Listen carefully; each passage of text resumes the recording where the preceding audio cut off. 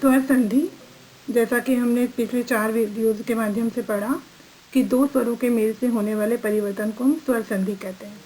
और स्वर संधि के 5 भेद होते हैं: दीर्घ, गुण, वृद्धि, यण, अयादि। तो यण संधि तक हम अपने पुराने वीडियोज़ के माध्यम से समझ चुके हैं। आज जो हम पढ़ेंगे वो है अयादि संधि। अयादि संधि, पहले इसकी हम परिभाषा देखते हैं। जब संधि करते समय ए, ऐ, ओ, औ के साथ कोई अन्य स्वर हो तो ए का ऐ का आय, ओ का अव, औ का आव बन जाता है। यही अयादि संधि कहलाती है।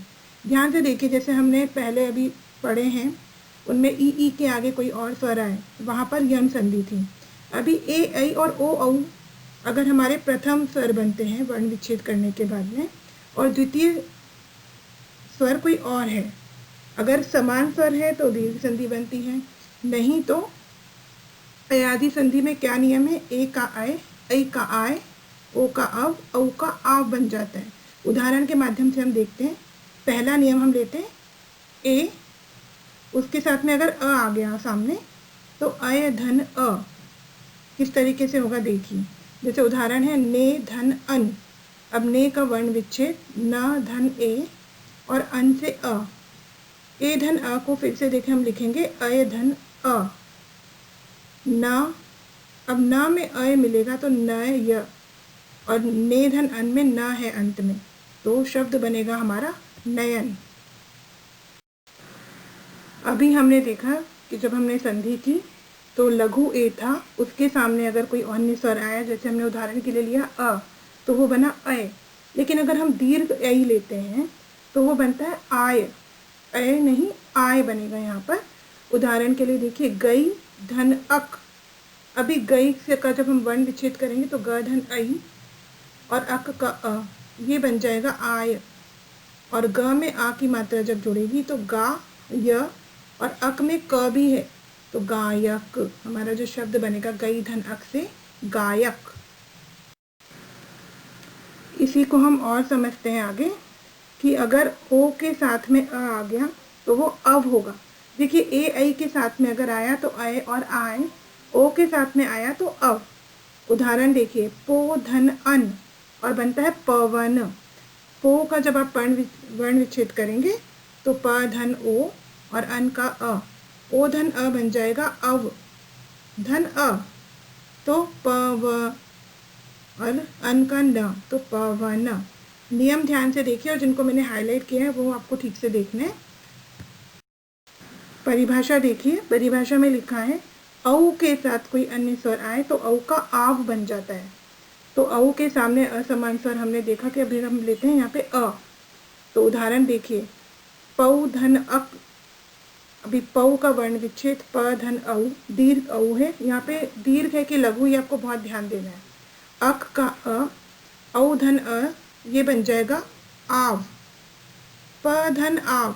अब प में आ की मात्रा जोड़ के पा, व, और अब फिर से अपने संधि विच्छेद की तरफ जाइए, पौधन अक। अब वो पौधन का तो वहाँ पे पाव हो गया, क अंत में बचा है तो वो क आ जाएगा वैसे का वैसे ही पावक। पावक का अर्थ क्या होता है? पावक का अर्थ होता है अग्नि।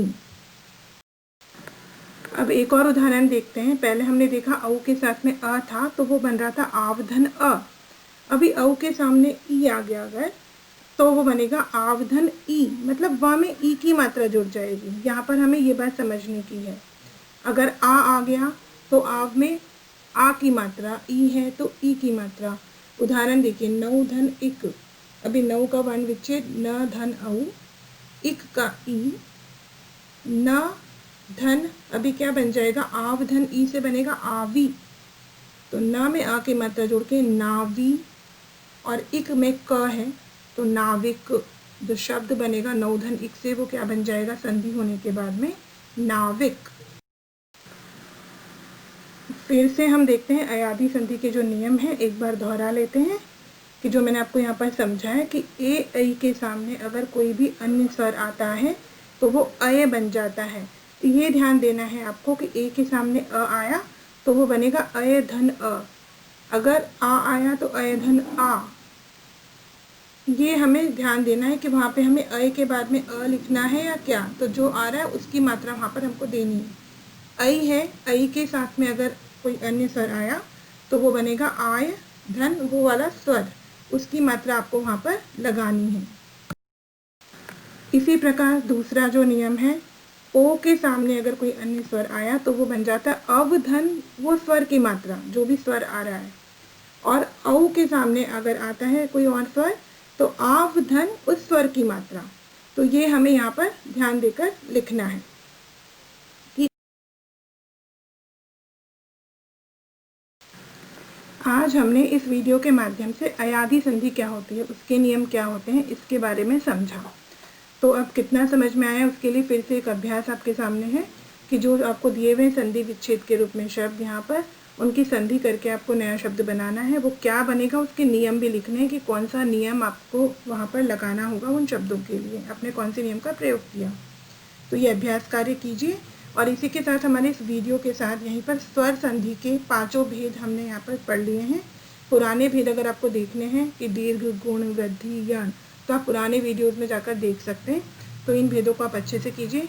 इसके बाद हम मिलेंगे हमारे अगले वीडियो में।